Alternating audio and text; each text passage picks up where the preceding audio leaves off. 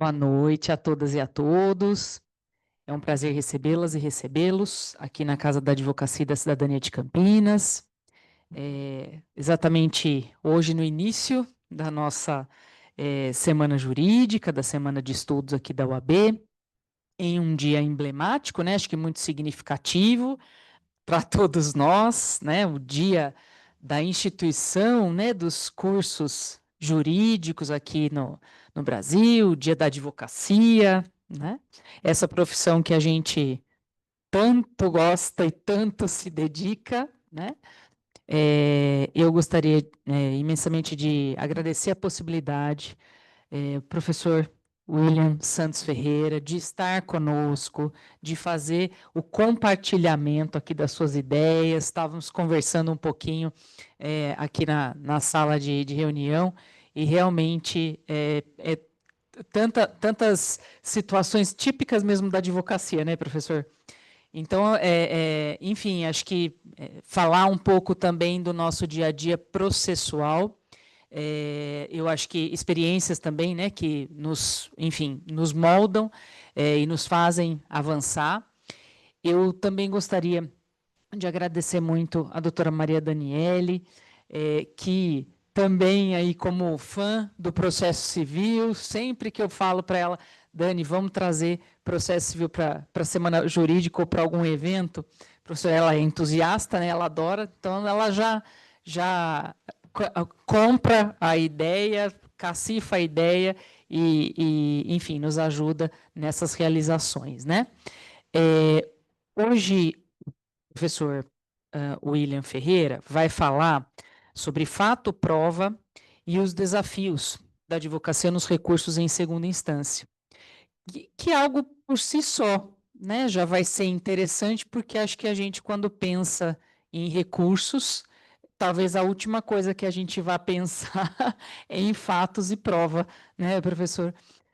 Então, é interessante estabelecer essa relação e saber o quanto isso pode vir a impactar, de repente, em um processo, em uma decisão. Falamos também a respeito das questões, né, que envolvem aí os precedentes e da importância da sustentação, da formação deles. Então, eu tenho certeza que vai ser uma noite muito proveitosa, né? Agradecer também a todas as nossas colaboradoras que aqui nos seguem, né? A Carol, a Aninha, a Miriam. Muito obrigada a todas e a todos. Eu vou passar a palavra à doutora Maria Daniele, então, para que ela possa dar início aos trabalhos oficialmente. Dani, por favor. Boa noite a todos. Agradeço imensamente a doutora Luciana por essa oportunidade. De fato, o processo civil é algo que tem muita relevância na minha atuação de contencioso e não deixa de ser o instrumento base para questões envolvendo direito civil, direito tributário, direito de família. Então, é uma maneira, inclusive, de nós unirmos a advocacia em torno de um tema que vai ser proveitoso para todos. Eu quero agradecer imensamente o professor William, foi meu professor no mestrado na PUC de São Paulo, e sempre trazia questões palpitantes em seminários com questões que a gente falava, não é possível responder essas perguntas, porque exigia uma retórica, um aprofundamento, um estudo, porque são questões do dia a dia que nós temos que enfrentar e trazer uma forma de conversar, de comunicar dentro do processo para ter efetivamente um provimento, pelo menos uma análise aí pelos julgadores. Então, o professor William tem uma vasta experiência com essa discussão relacionada a questões de prova e penso que é um dos impactos mais significativos do nosso Código de Processo Civil, que esse ano completa 10 anos. Então, nada melhor do que um professor da graduação, do mestrado, do doutorado da PUC de São Paulo, onde também é mestre e doutor, e além do que o professor William tem uma vasta produção acadêmica que com certeza vai auxiliar os meus colegas aqui a identificar questões pertinentes relacionadas ao processo civil.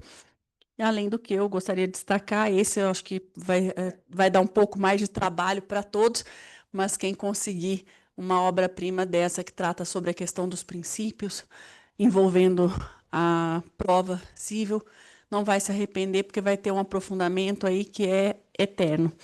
E, além disso, o professor William também tem um grupo de estudos que desenvolve questões de processo civil, principalmente relacionado à produção de provas, que eu aconselho a todos aí a acompanhar, seja pelo LinkedIn ou seja pelo canal do YouTube, porque realmente vai ver discussões de mais alto grau. Então, agradecendo ao professor William, fique à vontade, a casa é sua. Muitíssimo obrigada por estar aqui conosco nesse dia especial. Claro.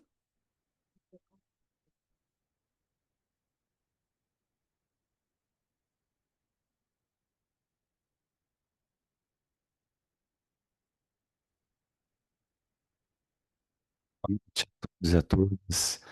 Quero primeiramente agradecer esse honroso convite que recebi aqui.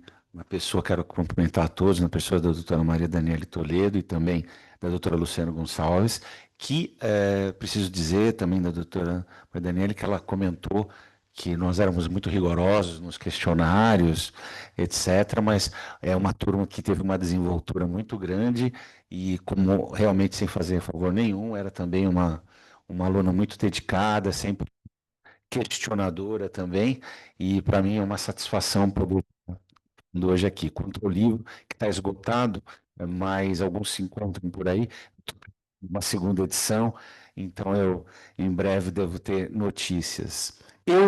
Para falar desse tema, primeiro eu quero dizer que eu estou muito feliz por dois motivos. Eu volto, sempre que volto a Campinas, eu volto com muita felicidade, porque uma parte da minha infância e da minha juventude, que já se vai um bom tempo, eu passei aqui, porque uma parte da minha família era daqui, então eu vivi bastante aqui, então é sempre para mim uma. E vivi aquela época de passear, de andar de ônibus por aqui, jogar bola em campos de futebol, enfim, conhecer alguns lugares como garoto pequeno e depois mais jovem. Então eu aproveitei bastante aqui Campinas num determinado tempo da minha vida, até mais do que hoje, atualmente, o que eu lamento até, mas então sempre para mim é um motivo de felicidade voltar aqui a essa terra que eu gosto bastante. E por outro, de estar estou tendo a oportunidade de falar junto à advocacia, que é para mim o meu berço também, é o meu local de atuação, de trabalho, e eu quando falo sobre um tema que tem uma questão técnica, eu estou sempre voltado, me questionando também, você faria? Você aplicaria? E como aconteceu com você? Porque às vezes a teoria, eu costumo dizer que a teoria ela não pode estar desligada da prática, principalmente em processo civil, porque na hora que nós não aplicarmos aquilo, é a mesma coisa que eu, por exemplo, teorizar sobre cirurgias que nunca acontecerão. O cirurgião não vai fazer nada com aquilo. Então, no direito parece às vezes que. Porque é diferente você teorizar sobre relação de vidas humanas, como regula no direito civil, no direito material, e a outra é você falar sobre um lugar que aplica a organização de como deve funcionar um debate, como deve funcionar uma impugnação, como deve funcionar os elementos de demonstração dos fatos. Então, isso tem um compromisso com a realidade muito mais pesado. E aí, eu vou tentar falar um pouco sobre fato e prova dos recursos de segunda instância, porque me parece que é um ponto que há problemas seríssimos. E eu queria dividir com vocês aqui um momento que, para nós podermos refletir sobre algumas coisas. A primeira coisa que eu gostaria de refletir é, de um modo que eu tenho pensado, é com essa foto. Essa foto é uma foto que mostra a parte interna de um determinado local muito conhecido. Acontece que o que eu pretendo provar com isso? Que nós conhecemos o Coliseu pelas fotos de fora do Coliseu. Aquelas fotos bonitas com a luminosidade noturna, ou aquelas filas imensas na entrada do Coliseu, que é sempre por fora. Nós não vemos o Coliseu por dentro nas fotos de divulgação. No Instagram você não vê foto do Coliseu por dentro. O que é a minha proposta hoje? Tentar olhar os fatos e a prova e os recursos de segunda instância de dentro para fora e não de fora para dentro. Em outras palavras, eu não quero ser alguém que fica olhando para lá e criticando as coisas. Eu quero olhar de dentro e falar como é ser juiz, como é ser advogado, como é que é trabalhar com isso de dentro e não olhando de fora como se eu fosse só um comentarista de situação pronta. Eu quero falar de dentro fora. Falar disso, eu já começo tendo que enfrentar uma primeira, que eu não vou teorizar filosoficamente, mas eu preciso falar de prática. E prática tem um elemento. O que é verdade? Eu vou trabalhar da forma mais direta possível para o dia a dia. Verdade é aquilo que aconteceu no mundo fenomênico. Então, se eu tenho alguém que necessita de alimentos e alguém que tem que pagar alimentos, eu vou discutir na prática a necessidade concreta de um com provas a respeito disso e a possibilidade concreta do outro com provas a respeito disso. Isso é o mundo fenomênico, a possibilidade de um, a necessidade do outro, verificada concretamente. E isso é a verdade. Tudo bem? Então eu estou falando, ele precisa de 3 mil reais, ele pode pagar 3 mil reais. Eu estou afirmando coisas que vão precisar ser concretizadas. Vou ter que mostrar que a verdade é essa. Portanto, quem apresenta, apresenta a versão. A verdade é uma hipótese que eu trabalho para chegar. As partes têm versões que vão pretender dizer, cada uma delas, que ela vai chegar na verdade. Porque é isso que a gente busca. Portanto, a verdade é um referencial de trabalho e é um referencial ético. E que é várias vezes citado no Código de Processo Civil. Então, ninguém poderá deixar de colaborar com o Poder Judiciário para a descoberta da verdade. Quando eu digo ninguém, é ninguém. Nem o juiz pode deixar de colaborar. Então, olhando sobre essa perspectiva, eu apresento esse quadro. Verdade é o que está embaixo dessa sombra. Verdadeiro é o que está nas paredes, sendo projetado. Muito obrigado. Porém, se nós percebemos, nós estamos aqui com o quê? Nós estamos, de um lado, com um retângulo, do outro lado, com um círculo. Um lado laranja, outro lado azul. Pergunta é, o que tem, na verdade, a partir do que é como se eu colocasse luz de um lado e de outro, e ela está reproduzindo isso. Tem uma imagem atrás desse biombo que está aqui. O que eu quero dizer com isso? Quando nós estamos trabalhando com provas, nós temos as versões. E nós estamos olhando aquilo que vai sendo apresentado como documento, quanto que a pessoa ganha, ou pelo menos o carro que ela usa, ou a viagem que ela faz para o exterior. Estou sendo claro no que eu quero dizer? Eu não estou na cidade de 3 mil reais diretamente, às vezes. Isso acontece muito nesse exemplo que eu estou dando, por exemplo. Mas eu estou olhando situações que podem me levar a dizer qual é a capacidade, qual é a necessidade de cada um. Portanto, seguindo, não sei se conhece aquele mito das cavernas, que vai ter a situação das pessoas que estão presas numa caverna, e eles verificam tudo o que acontece no mundo a partir das imagens projetadas na parede da caverna. E aquilo é a realidade para eles. Então, eles olham aquilo e mentalizam o que é a realidade, a partir do que está na parede sendo projetado. Eles têm certeza que aquilo que está sendo projetado é a realidade. Mas a pergunta é, será que toda a realidade está estampada naquilo que está ali? Será que eu posso concluir a partir só daquilo? Mas a pergunta talvez fosse outra. E se eu não fizer isso, vou fazer o quê se eu não posso ir lá para fora? Se eu não posso olhar ao vivo? Olha que curioso. Isso é a mesma coisa que a gente passa quando tem um processo. Que nem sempre a gente pode olhar tudo, nem sempre a gente tem filmagem, nem sempre a gente tem alguém olhando. E qual é o problema hoje dessa facilidade, dessa profusão de imagens? Da ideia de quem não tem imagem não tem a verdade. Isso é um perigo. Quem não tem mensagem do WhatsApp não tem nada. Então não vale mais os indícios, não vale os elementos de raciocínio, não vale aquilo que sempre houve na sociedade? Eu preciso pegar alguém do mundo, senão não vale? O meu critério mental passou por uma disrupção um pouco translocada, se me permitem dizer. O que não está na rede social não está no mundo. Não era no processo? Mas parece que mudou.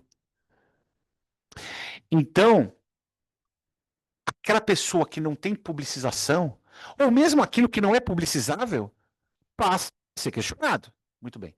Volto agora para a minha realidade aqui. Vamos pensar em tudo. Tudo que eu estou levando para o processo, seja da rede social, seja de testemunha, seja de documento, eu não estou levando a verdade. Eu estou levando aquilo que eu chamo de verdadeiro, que são informações que me permitem chegar ao que é a verdade. Agora, será que eu tenho o verdadeiro dos dois lados? Vocês vão dizer que não. Porque, desculpa, de um lado tem uma informação circular, do outro lado tem um retângulo. Desculpa, ou é círculo ou é retângulo. Azul. Sabe o que vocês têm? Convicção. Por quê?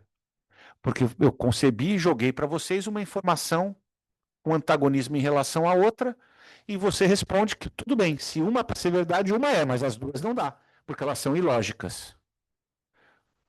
A pergunta é: existe a diferença entre o impossível e o difícil? O difícil é o que eu não consigo pensar que aconteceu, mas ele pode acontecer. O impossível é aquilo que não acontece.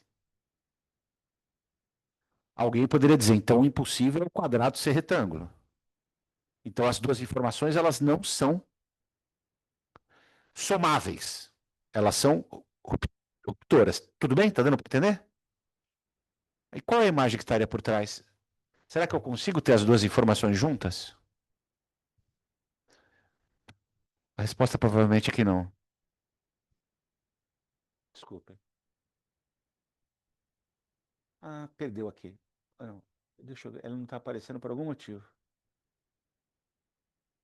Que pecado. Bom, não sei se está dando para ver na hora que aparece de repente. Aqui tá, não sei por que não está funcionando mas tudo bem. Basicamente o que é?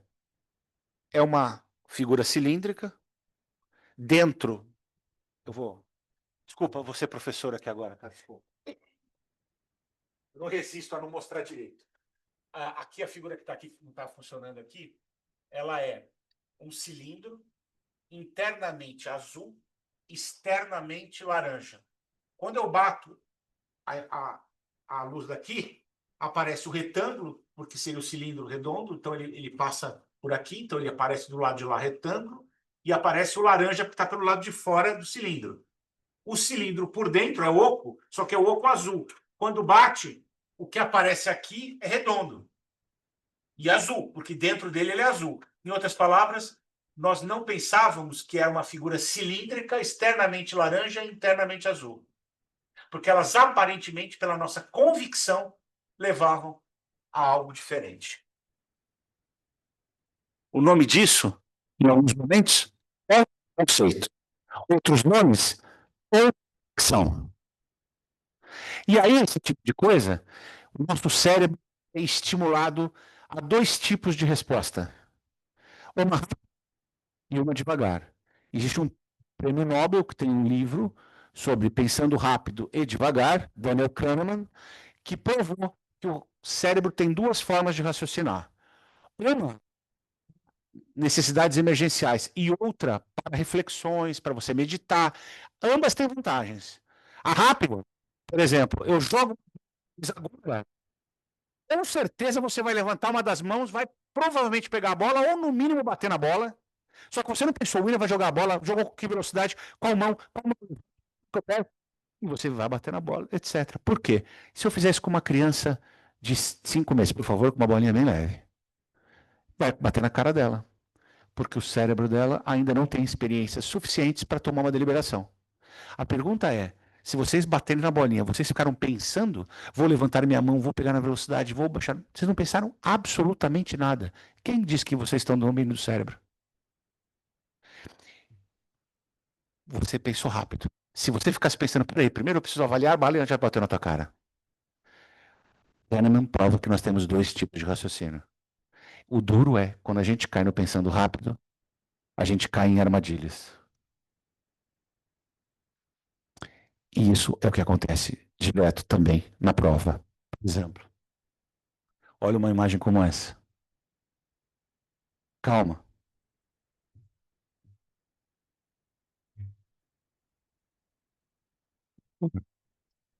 Todo mundo pensou com certeza que era isso aqui, né? Todo mundo. O cérebro está preparado para determinadas conclusões imediatas e às vezes essas conclusões são extraídas por uma visualização. Pensando rápido, convicção. Um juiz pressionado para decidir rápido e ter opiniões Céleres é um juiz afeto a quê? A respostas que ele capta imediatamente e levem a situações. E aí Nietzsche já disse há muito tempo atrás que as convicções são inimigas mais perigosas da verdade do que as mentiras. Porque as mentiras, você tem ainda a característica de você poder questionar e aparecer que é uma outra situação e questionar e criticar. Quem tem convicção não aceita pensar no diferente. Então, o primeiro paradigma que nós temos que quebrar é que o juiz passa a ter convicções no curso do processo. Isso é um erro. O juiz só pode ter no momento do julgamento. Eu não estou dizendo que o juiz não pensa. Eu estou dizendo que o juiz não pode decidir. Porque o momento probatório é o momento da esperança. O mais os facínoras têm o direito a isso. Sabe por quê? Porque até o final do momento decisório, um facínora em tese. Porque o dia que ficar provado que por questões absurdas ele não era o facínora, vai se pedir desculpa. Então, tem que se confundir impossível com improvável. E quando eu fui falar sobre isso, eu fui falar num congresso há um tempo atrás. Eu estava era um dos maiores congressos do Brasil. Eu estava no meio de 1.500, na frente de 1.500 pessoas. E eu falo porque a prova não é improvável. Aí eu pensei, William, você já pensou que improvável? Falei isso na hora, assim, pensando. Improvável é aquilo que não é provado. Improvável. Mas, tecnicamente, no linguajar também é dúbio, porque significa improvável aquilo que não tem probabilidade. Então, desculpa, não tem probabilidade porque é difícil de acontecer, provável que nunca pode provar. Que o outro é muito difícil. Então, a mesma palavra nos leva a duas coisas completamente diferentes. Improvável.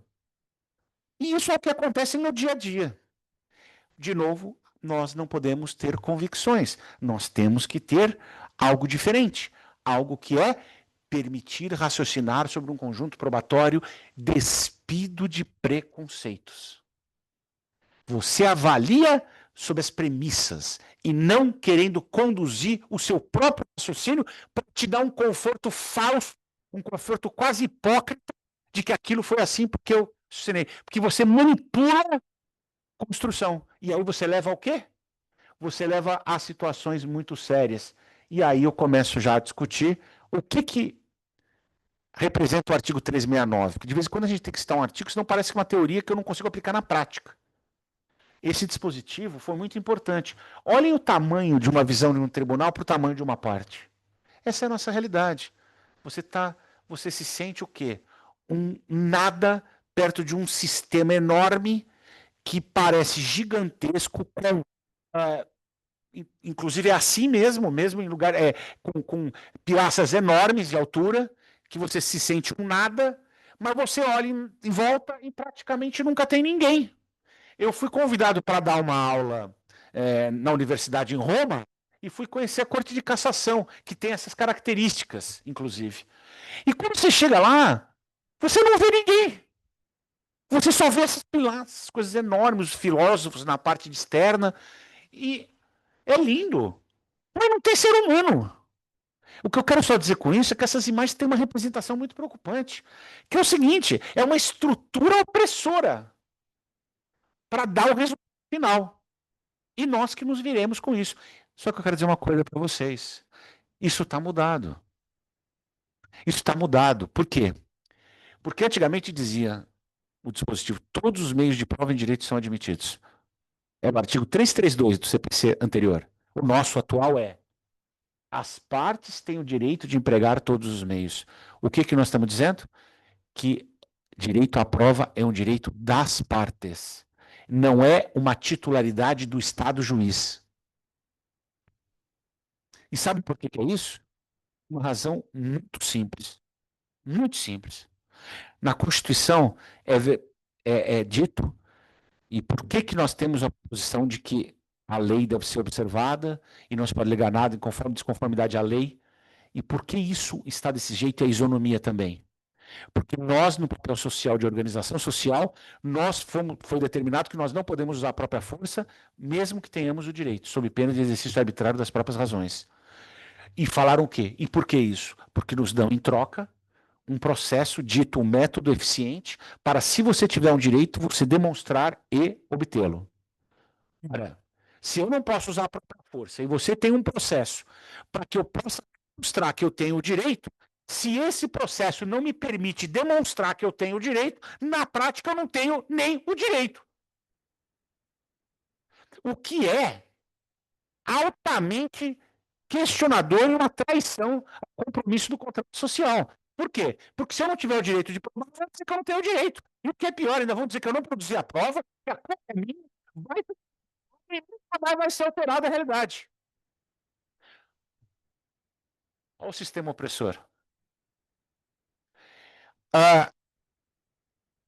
Eu não estou fazendo nenhum comentário moderninho assim dos dias de hoje, dessa semana, da semana passada, por favor, hein? Estou usando a Europa, hein? Bom, mas então. É que não dá para deixar de perder, não dá para perder, né? Mas essa questão nos mostra o quê? Que a parte tem direito à prova.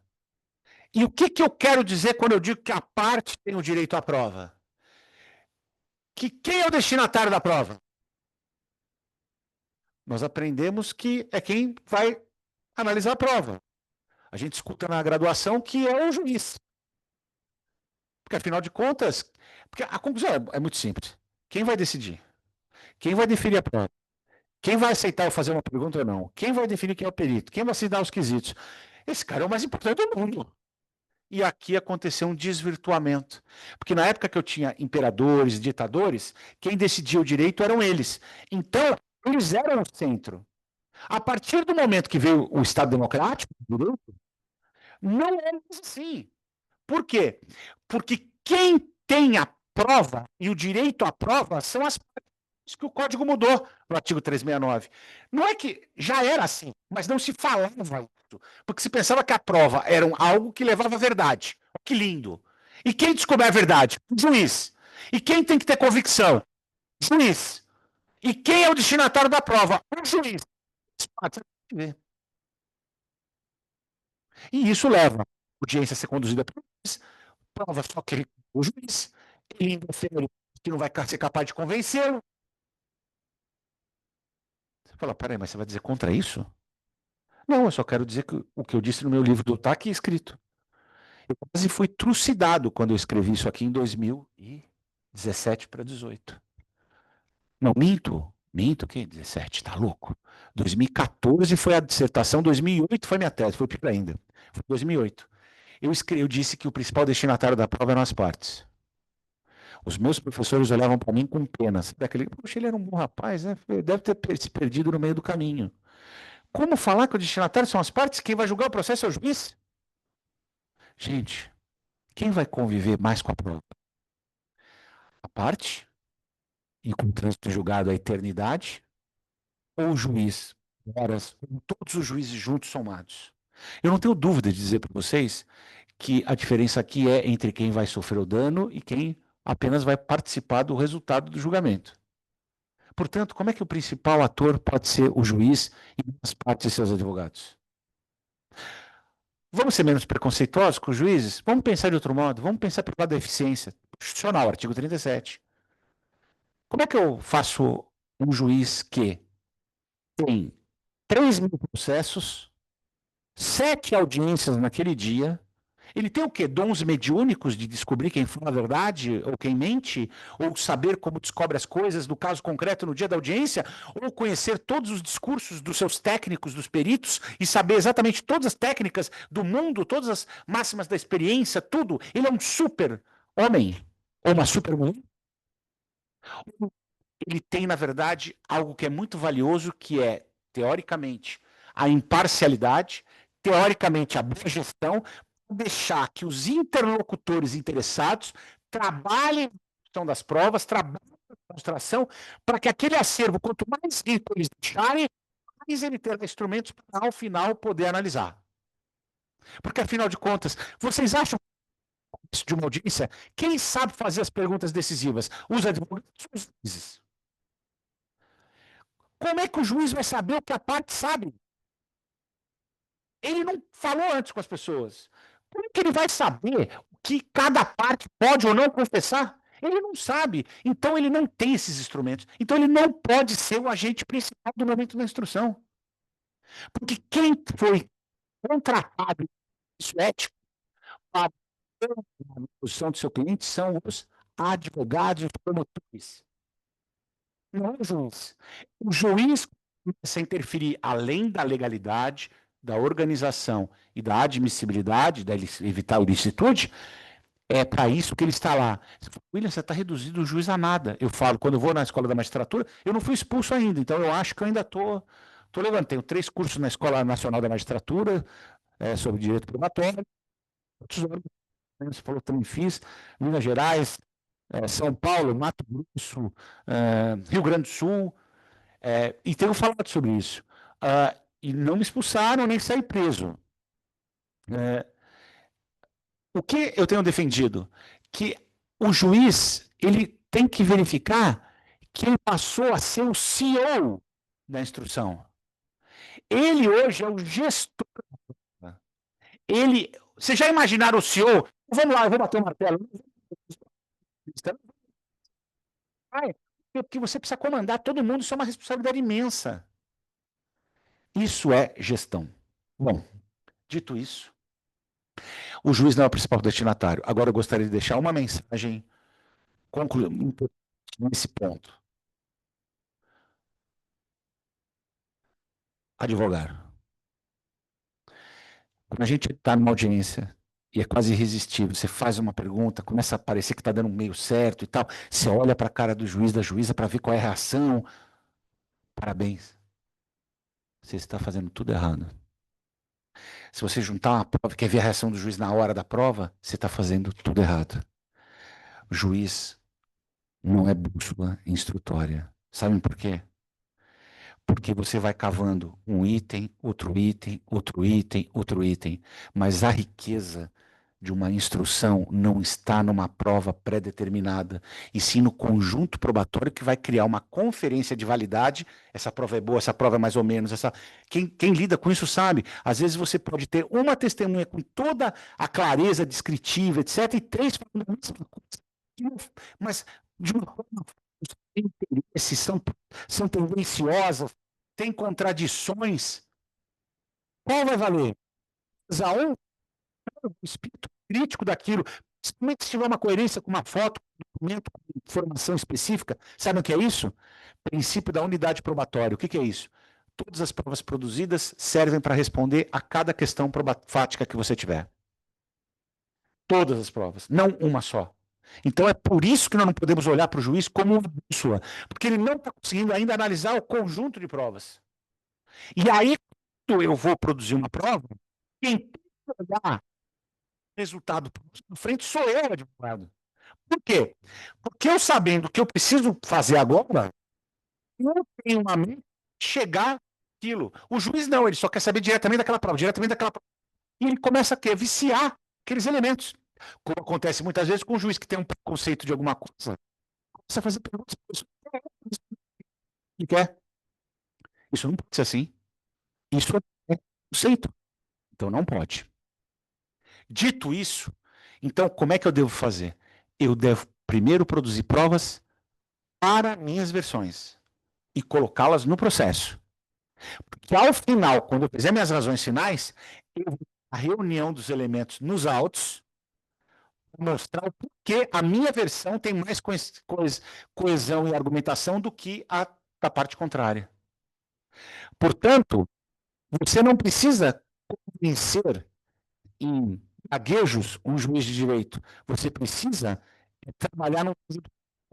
Você sempre perguntar para o juiz o que ele quer, você pode estar sendo iludido. E tem mais um detalhe: quem te garante que ele vai julgar o processo? Ele pode se aposentar? Ele não pode falecer? Ele não pode estar de férias? Não vai ser ele. E depois do tribunal, você vai sustentar para ele? Você tem que preparar não a cabeça do juiz. Você tem que preparar estar fora do juiz. O quê? O conjunto probatório naqueles autos. Um dia, ou seja, a verdade não está no juiz. Está fora do juiz. Ele apenas vai ser um dos agentes, como nós, cooptadores da informação, para ter uma conclusão. Falar isso, gente, é jogar fora 700 anos de experiência processual. Porque nós estamos jogando fora a experiência de que a verdade estava sendo construída no juiz. Como se fossem pedacinhos de informações que eu estou construindo a convicção dele. Quando, na verdade, eu estou construindo o processo. E ao construir o processo, todas as informações fáticas, eu consigo ter as versões para levar isso para cá, para o tribunal e etc. E não a partir apenas da decisão do juiz. Não sei se eu estou conseguindo ser claro, mas é uma técnica de tentar riqueza instrutória para ter versões confirmadas, para depois levar isso para o momento decisório. E não achar que o juiz já está decidindo durante o processo. E é isso que se faz. Agora, eu tenho pelo menos uma boa notícia, porque muitas vezes vão dizer, mas doutor, como é que você vai conseguir a prova se o juiz indefere a prova? Se o juiz diz que não é capaz de convencê-lo?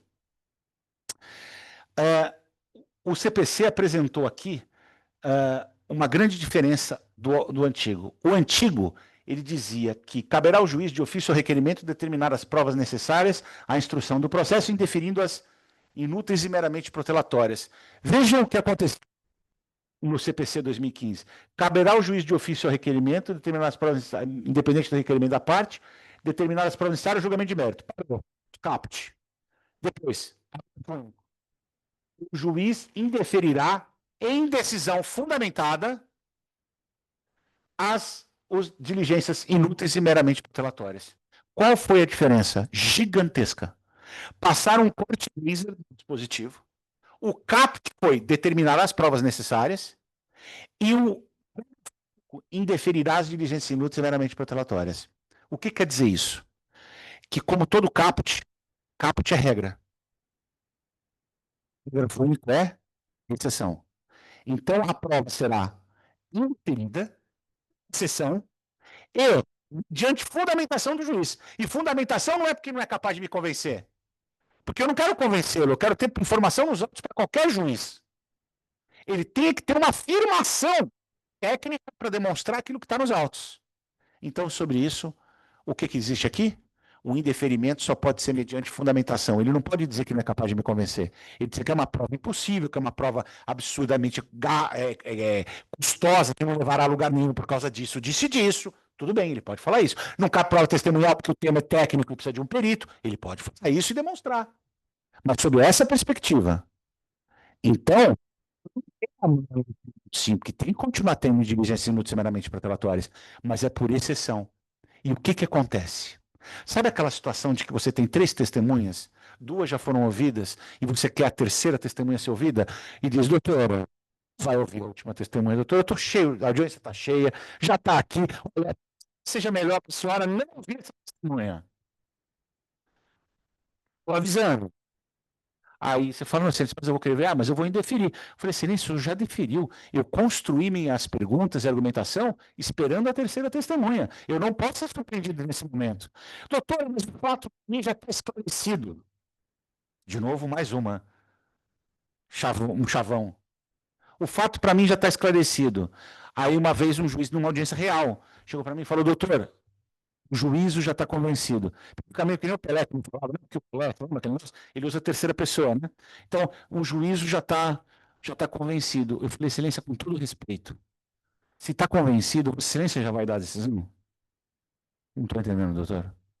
Não, porque se o juízo está convencido e não cabe a prova, eu já teria que ter uma decisão.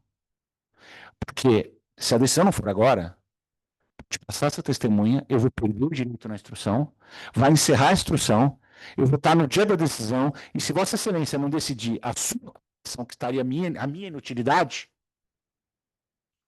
o senhor está me indeferindo um fundamento que não vai estar lá na frente. Então, o senhor quer dizer com isso que eu sou mentiroso? Não, não estou falando isso. Estou dizendo que pode ser o senhor pode se aposentar, o senhor pode estar de férias, eu ou o senhor podemos falecer. Você quer me matar? Não, não é matar, mas é a vida. Porque se você está me indeferindo uma coisa sem me dizer o que é, como é que você está me indeferindo sobre o segredo? E quem não já teve isso? Então, na verdade, indeferir mediante fundamentação, está no parágrafo único. Só que sabe quando eu comecei com tudo isso? Eu cheguei para ele e falei, excelência, o senhor já percebeu que o tempo que nós estamos falando disso, nós já tínhamos ouvido a testemunha? Então eu viro que meio que uma coisa de poder, não é uma coisa de utilidade. Porque pelo tempo, o tempo que nós estamos gastando fazendo isso, ouve a testemunha, já estava lá, foi intimada, ela vai perder o dia. E aí o que acontece? Na dúvida, o que acontece pelo parágrafo único e o caput? Aquilo que eu tenho denominado in dubio pro probatione. Na dúvida, a prova deve ser produzida. Então, toda vez que eu tiver um estado de dúvida sobre o cabimento ou não, a prova deve ser. Nesse caso, teu dúvida, o juiz tem que decidir pela produção. Por quê? Porque é muito mais risco ter cerceamento de defesa, ter uma nulidade. Então, vamos decidir pelo deferimento, dentro de razoáveis condições. Estou dando instrumentos para concluir essa etapa. E aí chegou o momento, só para reflexão do último item, para falar do apoio de tudo isso na segunda instância, sobre diferença entre decisão e ônus da prova. Por quê? Muita gente adora trabalhar sob a perspectiva do ônus, dizendo, não produziu prova, o ônus. O doutor vai perder se não provou o fato constitutivo, o réu, quanto ao fato impeditivo, modificativo e extintivo. Sabemos que é assim. Porém, um detalhe que eu gostaria de dizer. Para aplicar o ônus da prova, o juiz tem que reconhecer que não há esclarecimento do fato. Porque se ele falar que tem esclarecimento, o ônus da prova é inútil.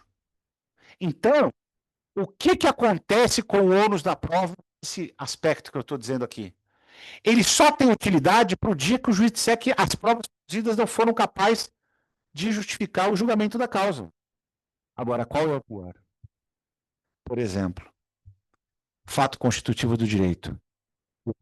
O réu foi a pessoa que causou danos ao autor. Não ficou comprovado que o réu foi quem causou danos ao autor.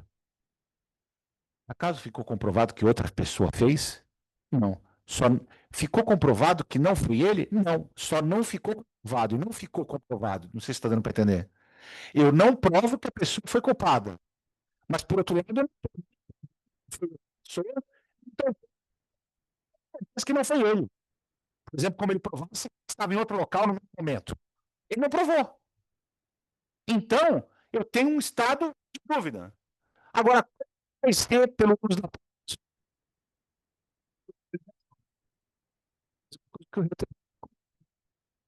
Vocês já pensaram que o uso da prova pode ser uma consequência que, na prática, é como se eu tivesse provado que não provou? Então, de certa maneira, o ônus da prova é um perigo, porque eu alogo uma coisa, não consigo provar, mesmo que eu não tenha ele. Então, nesse caso, uma das partes está numa situação perigosa. Por que eu estou dizendo isso? Porque o dia do ônus da prova não é o dia para comemorar. A gente está achando uma resposta, mas não está dizendo que ela é a que aconteceu. E isso é muito perigoso. Então, nós temos que ter o equilíbrio de saber, em regra, vamos trabalhar bem a prova, porque ela precisa ser produzida, porque o ônus da prova não é solução mágica. Tem gente que adora. Deve ter dia comemorativo do ônus da prova, porque acaba com tudo que é processo. Pensem bem, o juiz não precisa julgar, ele não precisa nem analisar, porque ele vai dizer que não está com convicção. Ele acabou, ele não precisa citar documento, ele não vai precisar testar testemunho, ele só vai dizer que foi convencido. E aí, que é a resposta. Isso é assustador, porque não vai, você não pode garantir que aquilo aconteceu. E a gente acha isso normal. Ele só pode fazer isso quando não há condições de esclarecer os fatos necessários ao julgamento de mérito. Portanto, o direito à prova é indispensável. Bom, dito isso, eu quero só fazer um elenco aqui do rol do que eu vejo como o problema central das decisões interlocutórias no segundo grau, que é minha função depois dessa análise crítica aqui.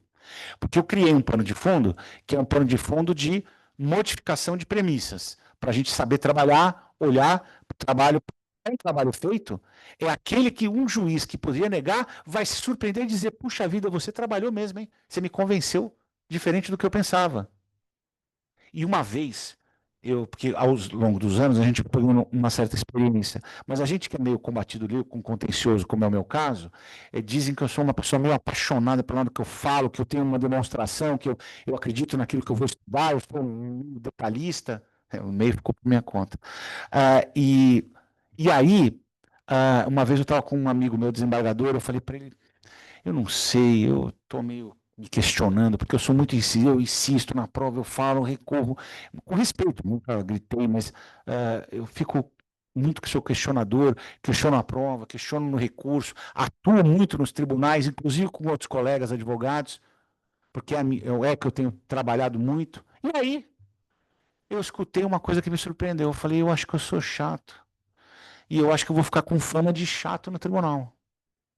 Chato no sentido, com certeza, nunca ofendi, nunca, mas com certeza, eu, por exemplo, hoje me senti super mal, porque eu estou desde terça-feira tentando despachar em julgamento virtual. E eu disse, eu vou ser com todos, eu vou falar com todos. Tenho que falar, nunca deu. Segui agora com um, até me surpreendi, porque esse nunca vai te receber. E tá lá, agendamento no Microsoft Teams. Aí eu falei, meu Deus, eu consegui. Aí eu entrei no sisteminha, recebi o e-mail hoje. Aí estava escrito assim, o assessor escreveu embaixo assim, relator fulano de tal, o desembargador era o outro, estava escrito assim embaixo. O advogado insistiu, acho que eu não sei se ele percebeu, ele ficou nos comentários do complexo. E eu estou dizendo isso por quê? Porque eu conto essas coisas todas para esse meu amigo desembargador, muito experiente. Ele falou para mim: juiz não gosta muito de advogado combativo. Dá trabalho, incomoda. O dia que ele precisar de olho, ele te contrata. Entendeu a contradição? Tudo é uma questão de comportamento, não é questão de gritar, ofender, falar palavrão, não é disso que eu estou falando. É de um outro plano. É de um outro plano. Aí, o que está acontecendo agora? Coisas boas e coisas ruins. O que acontece com as decisões interlocutórias? Agora, as decisões interlocutórias, em geral, só no 1015, e todas as questões probatórias, elas vão ficar segregadas para o final do processo. Tem coisas boas e coisas ruins. Vamos falar estrategicamente. Primeira coisa boa: recurso pode se tornar inútil. Por quê? De repente teve uma prova que foi indeferida. Mas por algum motivo, na evolução, eu vou recorrer no final, né? Porque ele indeferiu aquela aquilo.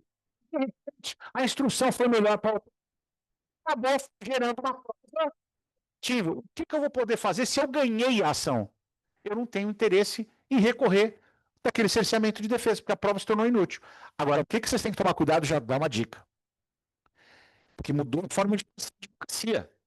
Porque como agora cabe na apelação reclamar daquilo, muitos, e eu estou vendo isso direto, não apelam da matéria, então não é para apelar no primeiro momento, porque não tem interesse, porque ganhou, o juiz considerou as outras e foram suficientes. Contudo, não esqueçam do quê? Se a parte contrária apelar, e apelar dizendo que não tem prova daquilo que você, o juiz de primeira instância, considerou provado, o que você tem que fazer?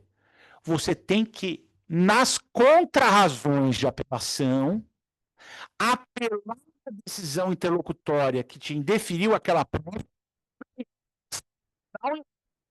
via conjunto para. Senão, aquilo, porque se o juiz tivesse dito você não provou, você podia recorrer daquela decisão. Se você conseguiu, você não vai recorrer. Só que como a outra parte recorre, conseguir convencer o tribunal que o acervo instrutório não é suficiente. E aí eu grito de novo, mas eu pedi aquela prova. Então, por que ficou legal para quem está de boa fé, tecnicamente conhece estratégia? Porque ele pode apelar e é um recurso eventual. Na hipótese deles considerarem que o conjunto probatório não foi suficiente, eu aquela prova foi indeferida. Isso ninguém está fazendo. Estou dizendo isso, é claro. Isso muda a estratégia da advocacia. Segundo, o que cai entre nós. De repente você pode dizer, inclusive, que o conjunto é unidade, etc. Então o tribunal pode analisar com mais atenção o conjunto probatório. Porque ele vai ter que determinar a prova se ele fizer indeferimento. Porque não pode cair pelo ônus, porque eu estou pendente com a minha prova que eu não tive ela deferida. Claro, desde que essa prova tenha justificativas para acontecer, mas se tiver. Segundo, recursos em sequência para cada ato. Cada ato inocorrem. Isso também é muito legal. Eu trabalhei muito na perspectiva anterior. O advogado tinha que recorrer de tudo. Então, era recurso do agrado da testemunha, recurso da polícia, Peraí. Audiência de olhar. O que acontecia? Virava uma montanha de agravos. Por um lado, tinha aquela pseudo coisa, já vão resolver, mas por outro, eles começavam o quê? A segurar o processo, os temas ainda estavam pendentes no tribunal. Isso hoje ficou segregado. Por quê? Porque hoje está tudo concentrado, os indeferimentos estão concentrados, e com isso eu ganho de novo o quê? Eu não perco a minha oportunidade de falar depois, mas agora, por que a gente está vendo que parte boa e parte ruim, mas os juízes estão julgando, mas os processos estão durando menos na primeira instância? Porque essa história do retardo por conta dos agravos não estão mais acontecendo. Porque nós não temos mais os agravos, principalmente da fase instrutória. E com isso, nós temos um dado positivo, que é o processo tem uma celeridade maior desse. Agora, por outro lado, é o que eu falo para os juízes. Muito cuidado com a instrução, porque você pode estar desgraçando esse processo com um monte de bombas com efeito retardado. Porque se você tiver indeferimentos que são cerceamento, isso pode causar uma hecatombe no final do processo. De vez em quando a gente vê isso. Ainda mais eu que atuo com esses casos. A outra, a primeira instância não aguarda julgamentos recursais, que é a consequência do que eu acabei de falar. Eu não vou ficar aguardando. Então, o processo tende a ser mais célere nesse aspecto. E, por último, concentração com indeferimentos e resultados alcançados. O que acontece? Eu tenho uma concentração dos indeferimentos, mas eu tenho também uma concentração do julgamento. E com isso, há uma possibilidade maior de uma decisão à luz daquilo que foi determinado na primeira instância. E com isso, volto a dizer, eu não perco mão do processo. Se eu tiver um bom juiz, isso é maravilhoso. Se eu tiver um médio juiz, valendo. Se eu tiver um péssimo juiz ou juíza, aí vira uma desgraça. Porque eu crio uma árvore de Natal de irregularidades. E o que é pior, e agora eu quero dividir com vocês. Vocês viram que eu não estou depressivo. Primeiro eu falei de coisas legais. Agora eu venho para depressão. Primeiro, com decisões equivocadas. Dependendo do grau da decisão equivocada, eu posso estragar uma situação. Estou falando só do plano probatório, hein? Por quê? Porque eu posso criar problema severo de cerceamento. Depois a gente vai tentar corrigir isso de uma maneira menos complicada, mas eu já chego lá. Tem esperança, tá? Fiquem tranquilos, aleluia, a gente tem esperança no final. Segunda, os problemas na apelação de interlocutórias. É aquilo que eu falei. Nós vamos ter que ficar atentos, meus caros. Você vai ter que mapear todas as interlocutórias que você perdeu para saber se já tem que reclamar agora ou depois. Vou dar um exemplo. Indeferiu a impugnação à justiça gratuita. É caminho normal, né? Isso não é normal. Se a parte perde, ela pode ter dano imediato, ela cabe recurso, que é o que diz o 1015. Mas não cabe agravo se o juiz mantiver a justiça gratuita, certo? Quando você terminou, você ganhou a ação ou perdeu, não importa. Você vai ter o direito de recorrer disso. Portanto, a tua apelação da interlocutória já tem que ser de cara. Por quê? Porque esse tema independe do resultado da demanda. Você pode até ter ganho ou até perdido, você sempre terá o direito a apelar da interlocutória da justiça gratuita. Estão de acordo? Está dando para entender o que eu quero falar? De novo, é um tema para tomar cuidado. Que a gente tem que fazer de cara. Muito bem. As decisões probatórias sem fundamentação e o juiz destinatário. O indeferimento do tipo não é capaz de me convencer, o período da confiança do juízo e outras do gênero, que são genéricas que não significam nada. Isso é ilegal. Isso é falta de fundamentação. É aquilo que diz o artigo 489, parágrafo 1º, é aquela decisão que poderia servir para qualquer outra, não tem relação com a causa. São chapas decisórias inadmissíveis. Elas violam o dever de fundamentação, lembrando que o indeferimento, olha só, eu tenho 489, parágrafo 1º, que fala do dever de fundamentação, e eu tenho 370 por 6, parágrafo 1, que as decisões de prova indeferidas têm que ser fundamentadas. Pergunto, quando ele defere prova, tem que ser fundamentado? A lei não falou nada. A lei só falou no indeferimento. Olha que interessante. Porque em dúvida o próprio acione. O que for deferido em regra para ser realizado mesmo, e o que for indeferido tem que fazer por quê? Porque tem risco severo de cerceamento do direito de defesa. Quando eu falo defesa, é defesa de interesses, tanto autor quanto réu. Então, neste caso, o juiz não pode indeferir uma prova porque ele é o destinatário dela. Ele tem que indeferir porque ela é inútil por causa disso, disso, disso. Aí ele pode indeferir, deve até indeferir. Mas nesses casos, isso muda tudo. Isso muda tudo.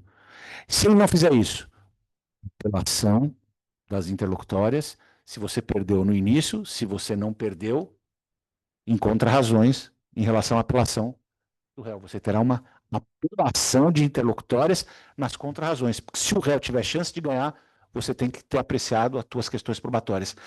Eu advogo muito. Eu estou vendo recursos em contrarrazões de apelação. Não sei se vocês têm essa experiência. Eu não estou vendo. É muito raro. E isso está levando as pessoas a perderem. Sabe por quê? Porque todo mundo fica focado na questão do ganhar ou perder no direito material e no resultado da decisão. O juiz não vai nem olhar a prova. E a gente está perdendo tudo. E aquilo que era para ser decisão interlocutória recorrível ao final, virou não ter recurso. Você caiu no engodo do sistema de não recorrer daquilo. Então esse é um tema seríssimo. Seríssimo. Só quando você perde de cara é que você sabe fazer recurso. E a outra é, a segunda instância se desliga ou dá instrução. Que é um dos pontos mais importantes que eu estou praticamente levando à conclusão. Qual é o problema? Tinha decisões interlocutórias, ele sentia que ele tinha que resolver as decisões interlocutórias. Ganhando ou perdendo, ele tinha que decidir. Cabe ou não cabe testemunha? Cabe ou não cabe a perícia? Cabe a extensão da perícia? Não cabe. Quesitos podem ou não podem? Ou seja, eles tinham que decidir. Então, eles eram julgadores da parte instrutória. O sistema continuou o mesmo, porém agora não cabendo agravo, cabendo apelação. Sabe o que acontece? Doutor, a tua apelação é protelatória. Os teus argumentos aqui vamos julgar o processo. Eu quero resolver a demanda. Eu não quero aqui ficar discutindo sobre provas. Peraí, todos os recursos não foram jogados para o final? Então, quando você interpõe um recurso com questão probatória, você é o inimigo do Estado. Que você pode levar riscos ao processo. Pode anular o processo, você se em defesa, você quer ser protelatório. Você tem litigância de má fé. Você é um cara protelatório, você não é inimigo. Você levou questões protelatórias. Não, o meu direito não é para ficar para o final. Você não é juiz instrutor de instância. Você não revê se estiverem erradas. E aí vem a questão. Suspeição de perito. Tem um monte de coisa. Aí, essa questão é muito drástica, porque os tribunais, discutir prova é um tema dificílimo em segunda instância. Porque eles pensam o seguinte: vou ter que anular o processo, vai voltar tudo para a primeira instância, daqui a pouco essa desgraça me vem de novo depois. Agora, ficou só nisso? Não. Tem o seguinte: você tem um juiz que você está anulando, você conseguiu essa presa, praticamente esse milagre, o cara vai te odiar. Ele já julgou o processo achando que era suficiente, vai ter um tribunal mandando ele produzir uma prova que ele não queria. Vocês já viram o ânimo de alguém fazer uma prova, produzir uma prova, gerenciar como juiz uma prova que ele tinha indeferido e o tribunal mandou ele fazer? Ela vai agradável? Ela vem confortável? Não, não vem. E é por isso que eu acabei de escrever a respeito disso, que quando eu tenho uma prova indeferida em primeira instância, quando o tribunal determinar a prova, eu vou ter uma solução que é no próprio tribunal. Mas se não for no tribunal, for para a primeira instância, o juiz que tomou a decisão negando aquela prova vai ser o juiz instrutor dessa causa. Porque ele é suspeito. Porque aquele ser humano, maldade, é ser humano, ele quer provar. Durante a instrução tem que ter alguém liberado, pensando que deu aquela decisão. É a mesma coisa que, por exemplo, um perito fez um monte de coisa errada, o tribunal fizer a nova perícia. O mesmo. Ele vai querer provar o quê? Que ele tinha razão. Não pode ser ele. Não pode ser. Isso é muito sério. Acontece todo dia. Então, essa é outra reflexão. Aí eu peguei e, bom, já que eu estou falando disso, eu só quero falar da função, indo para a etapa final. Eu tenho um tempinho ainda, por favor, me diz. Eu não quero. Qual é o nosso horário? Nós temos mais 1 minuto e meio, é isso? Não, não, não, fica à vontade, eu não quero atrapalhar vocês. Temos um tempinho? 15 minutos, posso ter? Tá. Então, assim eu me comprometo com vocês com 15 minutos, tá bom? Julgadores no tribunal. Essa até eu, quando fiquei estudando e concluindo, fiquei um pouco nervoso. Julgadores no tribunal. O que são julgadores com contato com os autos? Qual é o julgador em órgão colegiado que tem contato com os autos? Em teoria, o relator. No Brasil de hoje, só o relator. Antigamente tinha uma palavra que era o revisor, que era um pouco teórica, mas pelo menos tinha um elemento. Ainda ganhava-se um pouquinho com isso, a bem da verdade, em casos complexos. Hoje não. Não tem mais. Hoje é só relator. Vocês concordam que o segundo e o terceiro julgam a toda? Então, qual é? Estou falando de uma questão de direito, quando eu estou falando de aplicar um precedente do STJ, está numa sessão, se eu estudo, se eu pelo menos me atualizo, eu escuto o voto do relator, se ele está bem ou não, se aplica o regime de bens de tal maneira do casal, se tem uma teoria específica sobre intervenção, se a questão tributária tem uma legalidade ou não legalidade, se tem uma tributação, se tem uma comunicação indevida. Ou seja, ele consegue, no plano teórico, a gente ter uma esperança de que ele diga o direito. Então, no direito, tudo bem ele olhar, eu consigo revisar um bom julgamento pelo próprio julgamento. Agora, por favor, digam para mim como é que você consegue revisar uma boa decisão sobre questões fáticas sem olhar os autos. Não tem. Eu estou dizendo nesse trabalho, depois eu passo a indicação para vocês, que no Brasil nós temos um tipo de julgamento em que, primeiro, na parte do relatório, da fundamentação e da decisão, tem na parte das questões fáticas uma mera um mero aderência e confiança. Não, isso, por favor, estou dizendo que o juiz está mal intencionado. Eu só estou dizendo que se ele erra, eu tenho dois que erram, arrastamento. Bom, dito isso, um sistema minimamente sério que diz que o julgamento tem que ser colegiado e não unitário, eu tenho que ter um sistema mínimo para permitir que esses dois tenham informações mínimas para analisar se há adequação ou não daquilo que eu estou fazendo. De acordo? Bom, aí a pergunta que vem é: se isso é assim, e o modelo de julgamento é esse, não faria sentido a gente botar 3 para estudar o processo, ter um volume imenso, etc, etc, etc. Não vou discordar disso. Mas eu quero discordar de uma outra coisa. Ele tem uma estrutura de aderência, eu faço por aderência de confiança, e se não tiver nenhum advogado que consiga me impactar para provar, vamos admitir esse sistema porque ele é razoável, equilibrado, de pessoas honestas, de pessoas que trabalham, e é uma método de trabalho. De acordo? De acordo. Belezinha. Só tem um detalhe. Você está dizendo que o ISO 9000, a qualidade só pode ser asseverada desde que não exista um impacto causado por uma parte dos seus advogados, na parte fática. Então, a pergunta que não quer calar é: tá legal. E qual é? É o que eu vou responder agora. Primeiro, eu vou discutir a necessidade e utilidade de uma prova não admitida. Para saber isso, ele vai precisar saber qual é o debate que está sendo discutido. Isso tem que estar no voto e tem que estar na possibilidade de discussão dos advogados. Até porque mais uma coisa irresistível, eu não resisto a falar. o segundo e o terceiro leem razões e contra-razões?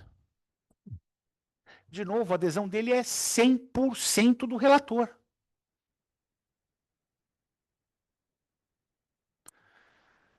Errônea ou deficitária produção de provas. É um conjunto que também, de novo, vai passar para a análise do relator. Mas os advogados vão ter que fazer um esforço para demonstrar. Se os desembargadores não sentirem na argumentação nada, beleza, vamos seguir. Produção de provas. Agora vem a parte boa de novo, mais uma esperança. Porque ficou meio decepcionante, né? Eu estou contando tudo isso para dizer, quando tiver visto de prova, vou ter que fazer de novo. Quando tiver um problema de admissibilidade, para fazer de novo. Mas fazer de novo, somos inimigos do tribunal, inimigos do processo, inimigos do tempo. Então, o que nós temos que fazer? Gente, nós temos que aplicar o Código de Processo Civil que ninguém está lendo. Quando eu falo ninguém, todos nós. Agora, eu tenho que dizer, os juízes não estão? Não. Mas a advocacia também não está lendo. E nós somos a primeira família onde são. Quando os jogadores estão no tribunal, diz o artigo 932, incumbe ao relator ordenar o processo, inclusive em relação à produção de provas. Esse dispositivo é absolutamente revolucionário. Por quê? Ele diz, reconhecida a necessidade de produção de prova, o relator converte o julgamento em diligência, que se realizará no... Em outras palavras, opa, eu sou relator, percebo que faltou uma prova testemunhal relevante, ou um esclarecimento da perícia. Eu mesmo não sente, de novo, Bacione, olha aqui o próprio Bacione de novo, determino a prova. Que, em regra, os instrutórios não praticam o processo, mas o Mino sim. Então, ele determina, e ele pode fazer o seguinte, ele pode determinar, em alguns casos pode ser altamente diferente, não vai ter aquele mesmo juiz, e vai ser, por exemplo, uma perícia. Então, pode ser no próprio tribunal. Isto é revolucionário. O TJ, o PTJ, o CPC começa falando diligência no tribunal, que mostra uma indicação preferencial de Deus, mas no tribunal não é da primeira instância. Porque ele pode não mandar, e ele faz lá. Até a oitiva da testemunha, teoricamente, pode ser feito. Mas não estou dizendo que é obrigatório, mas pode.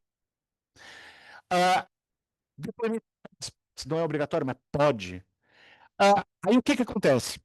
Se ele achar que não é conveniente, principalmente prova oral, vai ser muito difícil, prova não vai dar certo, prova pericial tem tendência para dar certo, prova testemunhal começa a dar problema para a oralidade. Mas quando ele manda de volta, agora vem a dica de ouro. Ele não anula o processo. Todo juiz acha que quando tem um cerceamento do direito de defesa probatório, tem que anular o processo para voltar para o estágio anterior. Quando anula, o que acontece? Anula a sentença, tem que ter instrução para ter nova sentença. Depois vai ter que ter nova julgamento do tribunal.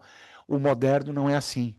Acabou isso. Agora determina a prova, mesmo que for na instância inferior, manda para a instância inferior para produzir a prova, julgar o que foi produzido. E volta para o tribunal, porque ele mesmo continuar sendo julgado. Não é tão demorado. Ou seja,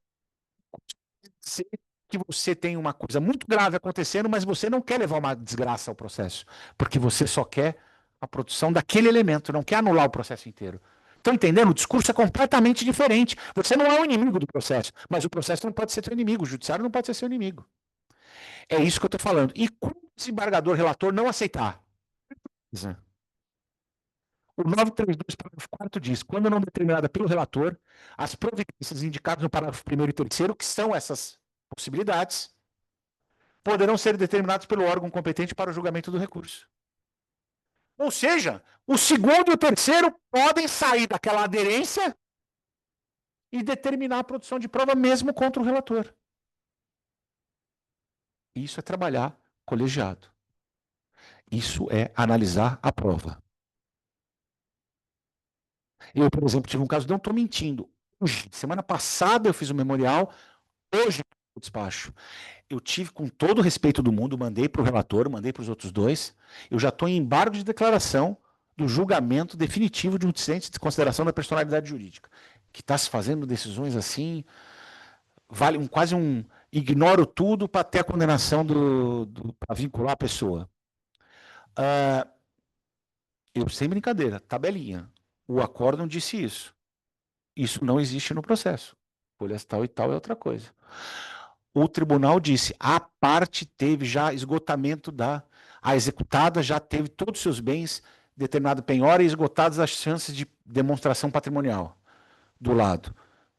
Errado. Isto não acontece nos autos. São duas executadas. A primeira afirmada está correta, mas aqui foi falado no singular. A outra empresa é uma empresa tal, não teve nenhuma penhora determinada, só teve um cismaju, já foi um número de pessoas que aqui são.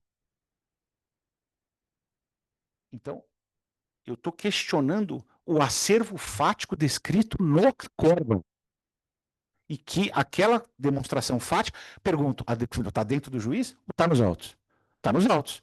Se a afirmação dele é contraditada por mim, eu estou levando o quê? O que está fora do juiz, está dentro, está nos autos. E é isso que ele tinha que levar, e ele está levando errado.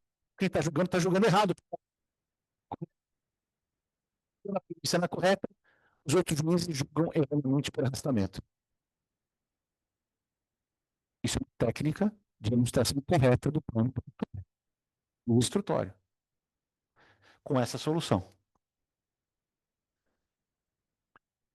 O que acontece quando o juiz recebe o processo, quando ele anula tudo? Péssimo.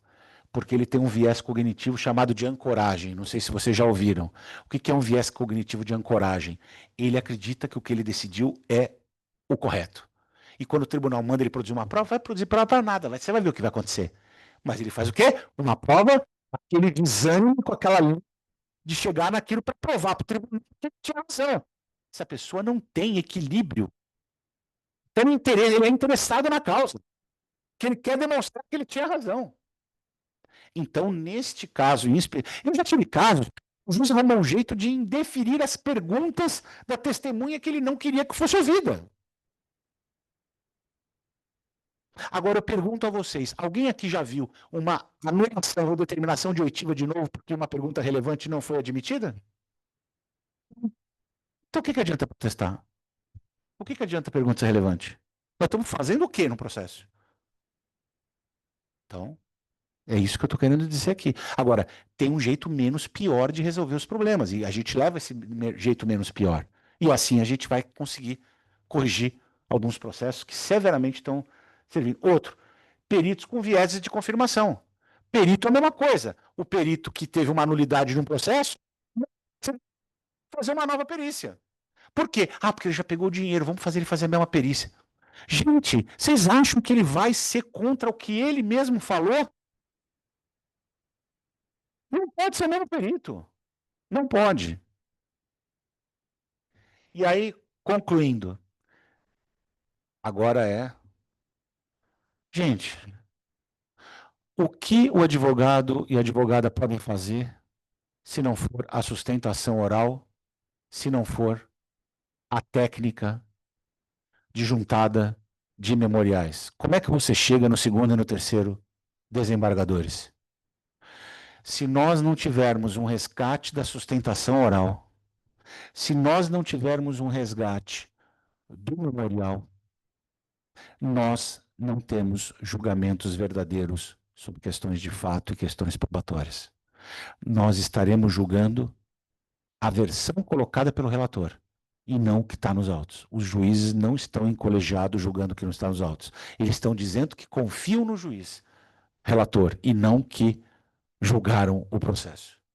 E o que a Constituição me disse é que eu tenho julgadores de processo. Eu posso até ter o ônus de ter que debater com o relatório, com a fundamentação do relator.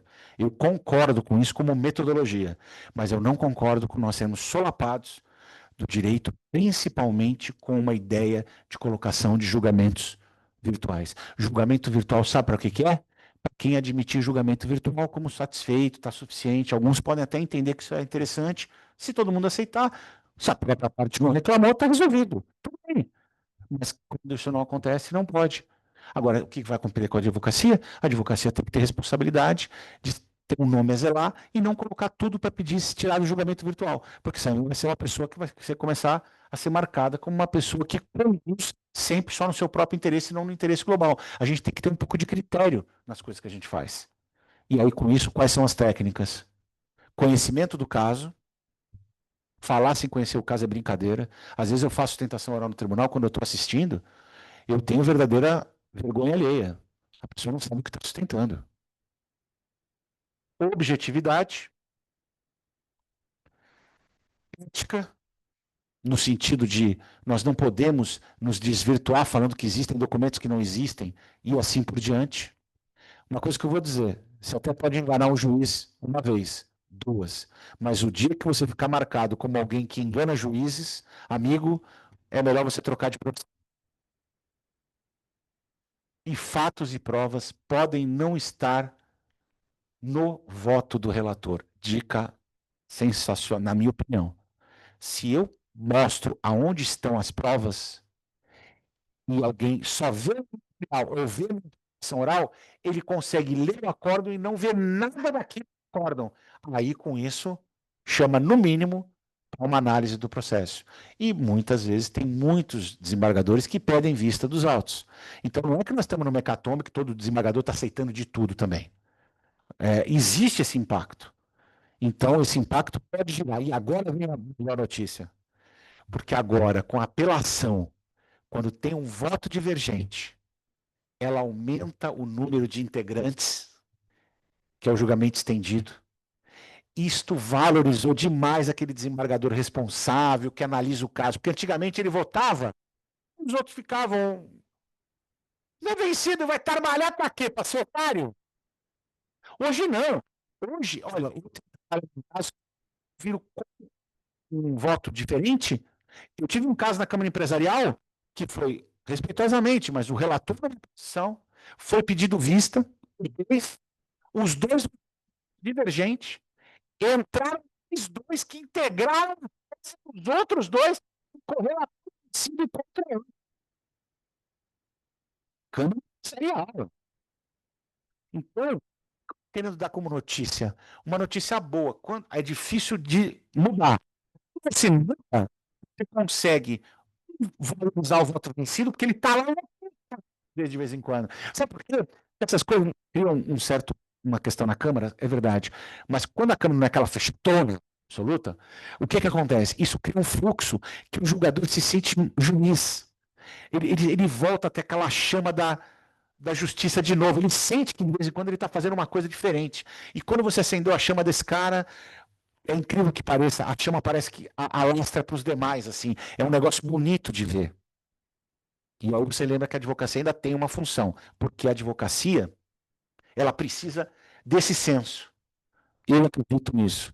E por isso que eu costumo dizer que a advocacia é acreditar que o impossível é um déficit cognitivo. O dia que o impossível você provar que é um déficit cognitivo, ele não é impossível. Ela é improvável e você revelou o contrário e o sistema permite que vocês façam isso. Obrigado.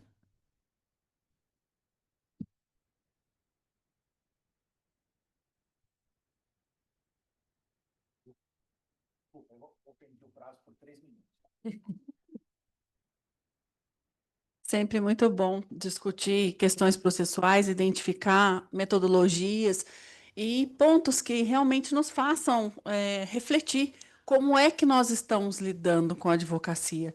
Eu tenho sucesso em primeira instância, eu tenho sucesso em segunda instância, que sai isso que a gente ainda não falou, né, de tribunais superiores. Mas o que eu faço de diferença dentro da minha atuação? Quer resultados diferentes, criar posicionamentos, criar precedentes, precisa de uma advocacia sofisticada. Essa é a ideia de que vai fazer o recurso e vai deixar o recurso correr por si só, sem uma atuação presente, firme, coesa, praticamente aí sim buscar o impossível. Porque, de fato, com a quantidade de processos, todos aqui nós tivemos, inclusive, um treinamento sobre inteligência artificial, atuação da inteligência artificial dentro do Poder Judiciário.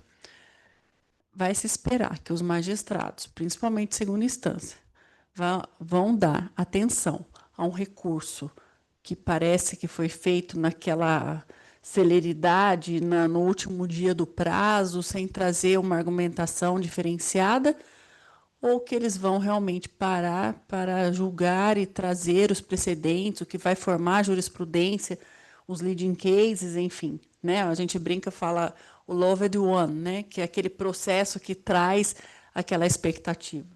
É só com uma atuação muito elevada, muito técnica, que a gente vai ter esse resultado. E quando nós vemos o professor William falando, inclusive da Câmara de Direito Empresarial, que inclusive nós temos aqui representantes, né, de Campinas, então é necessário realmente um olhar diferenciado, com muito cuidado, e ainda que a gente não consiga produzir isso em 100% dos processos, mas a gente tem que ter pelo menos aqueles processos com mais cuidado, porque é em um trabalho diferenciado, cuidadoso, que talvez a gente vá trazer a representatividade do nosso nome.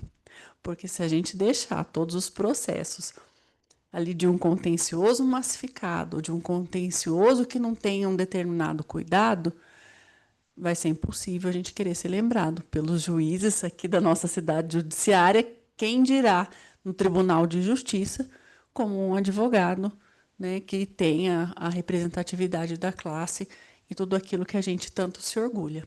Então, mais uma vez, eu quero agradecer a doutora Luciana por essa oportunidade de trazer, né, o processo civil para a Semana Jurídica e, principalmente, o professor William, né, de vir de São Paulo para cá, e nós esperamos que seja, né, a primeira de muitas aqui na nossa casa. Então, aqui quero passar as mãos do senhor, o nosso, enfim, o nosso certificado, o nosso agradecimento.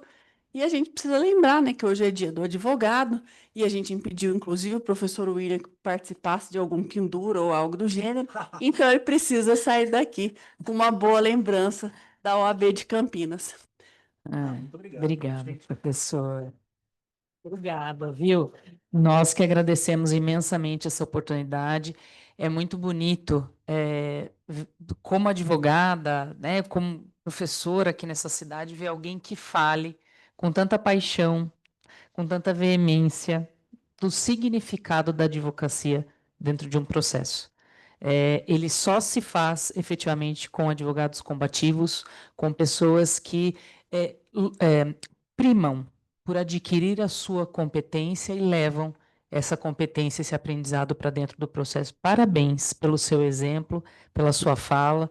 Acho que motivou todos nós aqui, né, a pensarmos na advocacia com esse cuidado e com esse carinho. Não tinha palavras, né? Não tinham palavras melhores para um dia como esse. Muito obrigada pela sua presença aqui. Parabéns a todos nós. É dia do estudante também, né? Parabéns a todos nós. Viu? Uma ótima noite. Muito obrigada. Nós teremos ainda as palestras de amanhã, quinta-feira, né? Com os temas variados. Então, por favor, compareçam. Essa casa é de vocês. Tá bom? Muito obrigada.